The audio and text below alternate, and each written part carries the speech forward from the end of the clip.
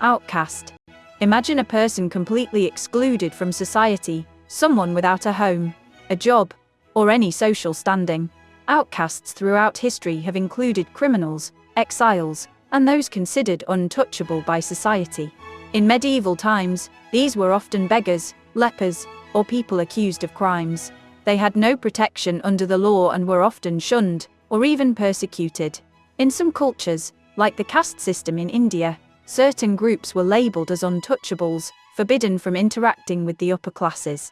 In modern times, outcasts still exist: homeless people, social pariahs, or those rejected by their communities due to their beliefs, actions, or circumstances. Without support, outcasts must rely on charity, survival skills, or sheer luck to make it through each day. Peasant and commoner. Next on the social ladder are peasants and commoners, the backbone of every society. These are farmers, laborers, and workers who sustain economies, but hold little political power. In feudal Europe, peasants worked the land owned by nobles in exchange for protection. Many were serfs, meaning they were legally bound to their lord's estate and couldn't leave without permission. They lived simple lives, toiling in the fields from sunrise to sunset, with little hope of upward mobility. In modern societies, commoners represent the general working population: teachers, factory workers, office employees, people who don't hold noble or elite status, but contribute significantly to the economy. Today, while they have more rights and freedoms, economic and social barriers still make it difficult for them to rise in rank. Servant. A step above commoners, but still living under someone else's authority, are servants. Servants are individuals employed to serve wealthier or more powerful people. In history, they ranged from household maids and butlers to personal attendants of kings and queens. Being a servant wasn't always terrible. Some were treated well and lived in grand homes, gaining access to luxury and connections that commoners could only dream of. Others, however, were little more than slaves, working long hours for minimal pay and no personal freedom. In the modern world, the role of a servant has evolved. Personal assistants, housekeepers, and service workers still exist, but they now have legal protections, salaries, and rights that historical servants never had. Merchant and trader. Merchants and traders were game changers in history. Unlike peasants and servants who depended on a master, merchants made their own fortunes through trade. They bought and sold goods, traveled to distant lands, and introduced new products, cultures, and ideas to their home countries. In medieval times, merchants were often seen as suspicious by the nobility because they grew wealthy without owning land.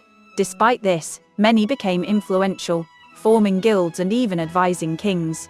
In today's world, merchants still play a major role. Small business owners, entrepreneurs, and stock traders can be considered modern merchants, shaping economies and driving innovation. Artisan and craftsman. A level above merchants are artisans, skilled workers who create products with their own hands. Blacksmiths, carpenters, tailors, and painters all fall into this category. In the past, artisans were highly respected, producing goods that commoners and nobles alike needed. Many worked within guilds, exclusive groups that controlled trade secrets and ensured quality. The most talented artisans could gain the favor of royalty, designing palaces, weapons, and works of art. In the modern world, artisans still exist as independent artists, designers, and craftsmen. Their skills remain valuable, though mass production has reduced their role in many industries. Knight and soldier. A knight is more than just a warrior. It is a title earned through training, loyalty, and service. Knights were often born into nobility, but some commoners could rise to this rank through bravery on the battlefield.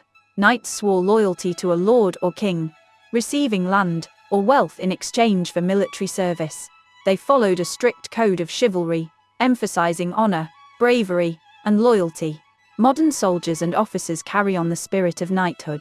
Though they don't wear armor or ride horses, their dedication to duty, discipline, and protection of their people places them high in social respect. Landowner. Owning land has always been a sign of wealth and status. In history, landowners controlled farms, villages, and entire regions. They could demand rent from peasants, making them powerful figures in local politics. In many societies, land ownership was passed down through families, ensuring that wealth remained in the hands of the elite. Landowners had the freedom to shape economies, influence rulers, and even command private armies.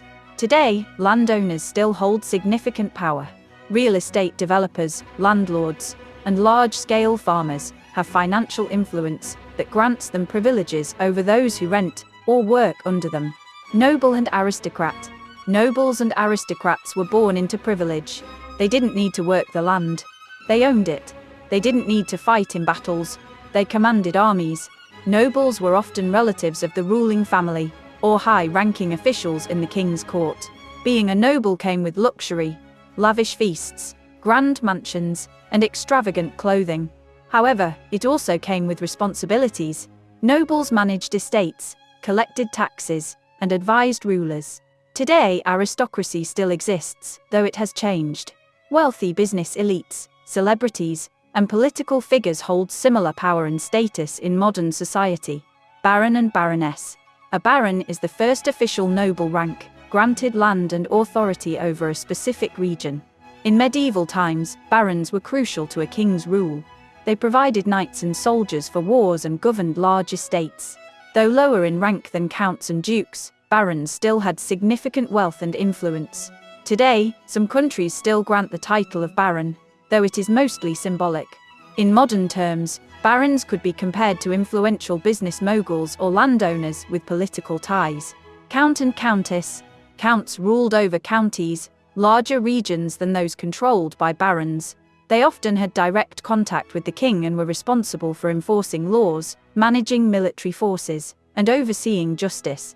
The title of count is still used in some European aristocracies, though it holds little political power today. In modern society, influential politicians, governors, or high-ranking officials might be considered the equivalent of historical counts. Duke and Duchess.